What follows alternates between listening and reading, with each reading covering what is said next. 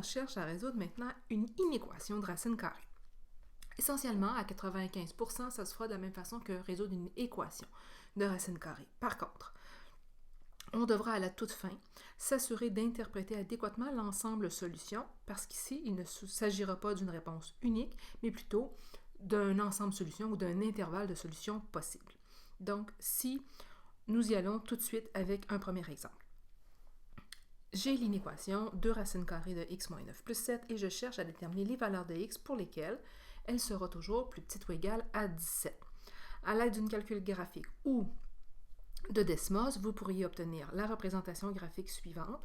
Pour l'obtenir, moi, ce que j'ai fait, j'ai d'abord inscrit la portion ici qui est à gauche, la portion racine carrée, dans une première expression. J'ai obtenu ainsi la courbe rouge que vous avez devant vous et la portion qui se trouve ici à droite dans mon inéquation, je l'ai inscrite comme étant y est égal à 17. Ce qui revient à dire pour quelle valeur de x ma fonction racine carrée est toujours plus petite ou égale que la hauteur 17. Donc, ce que ça signifie, c'est que moi, je cherche une zone de solution qui va respecter le fait d'être toujours plus petite ou égale à cette hauteur-là. Donc, je vois que dans mon graphique, ça ne peut se trouver qu'entre le début de ma courbe, donc son sommet, et le point de contact de ma courbe racine carrée avec la hauteur 17. Donc, c'est la zone verte que je cherche à déterminer.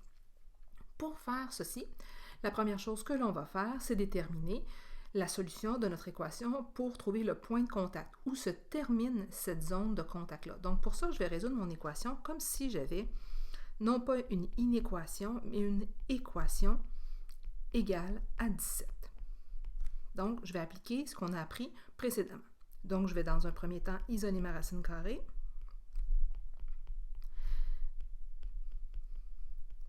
Pour obtenir cette valeur-là, nous n'oublions pas qu'il y a toujours une valeur critique. Ici, il s'agit du radicand. X moins 9 doit être plus grand ou égal à 0, donc x doit être plus grand ou égal à 9 en tout temps. Je poursuis ma résolution. X moins 9 doit être égal à 25 ou encore x doit être égal à 34. Maintenant, avant de s'assurer que cette valeur-là soit bonne, on doit la vérifier. Donc, est-ce que 34 est plus grand ou égal à 9 qui est notre valeur critique? Ici, c'est bien le cas. Donc, on sait que notre valeur en tant que telle, c'est la valeur exacte où il y a contact avec la hauteur 17. Maintenant, pour vraiment parler de l'ensemble solution de notre inéquation, nous devrons parler de toutes les valeurs de x, donc pour tous les x, éléments d'un intervalle en particulier. L'intervalle de solution sera le suivant.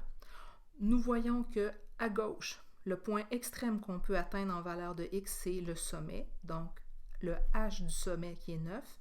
Et à droite, on peut se rendre jusqu'à la valeur de 34. Et ici, je vais prendre cette valeur-là parce que cette valeur-là respecte le fait que je suis plus petite ou égale à 17. Donc, la partie du symbole qui dit plus petit ou égal, l'égalité me permet de fermer en tant que tel le crochet de mon intervalle. Deuxième exemple, si plutôt j'ai cette équation-ci, cette inéquation-là, et que je veux la résoudre, donc encore une fois, je vais dans un premier temps résoudre pour trouver l'égalité. Ici, ma courbe, je veux savoir quand est-ce qu'elle est plus petite strictement à 1.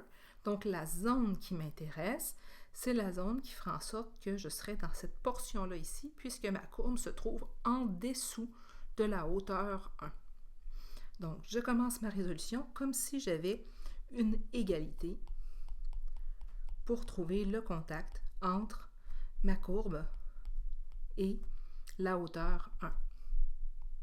En isolant ma racine carrée, je vais arriver ici à moins 4. Nous allons diviser par moins 4. Et dès qu'on a isolé notre racine carrée, on va voir la valeur critique tout de suite, qui doit être en tout temps mon radicand, et il doit être plus grand ou égal à 0, donc moins x moins 8 est plus grand ou égal à 0, moins x est plus grand ou égal à 8, ou x est plus petit ou égal à moins 8. Soyez très prudents dans des cas comme ça. Je poursuis ma résolution, donc moins x plus 8 sera égal à 1, puisque quand je veux faire le contraire de la racine carrée, je mets au carré, le carré de 1 est 1. Je distribue le négatif sur ma parenthèse et je divise par moins 1. Donc ici, j'obtiens x est égal à moins 9. Je vais valider cette solution-là avec ma valeur critique en vérifiant qu'elle respecte bien le fait qu'elle doit être plus petite ou égale à moins 8, ce qui est le cas ici. Donc, c'est vrai que j'ai trouvé le bon point de contact en x. Maintenant, mon ensemble solution doit montrer la zone possible pour tous les x qui respectent cette condition-là. Donc, il s'agira ici de l'ensemble solution qui part pour les x de moins l'infini, puisqu'on va toujours en tout temps vers la gauche, jusqu'au sommet, pas en fait le sommet, mais le point de contact qu'on vient de déterminer, pardon, moins 9, mais cette fois-ci, je vais le prendre ouvert, puisque je dois respecter le fait que j'ai quelque chose qui doit être en tout temps strictement plus petit que 1. Donc, je dois avoir un intervalle ouvert ici pour qu'il soit considéré comme bon.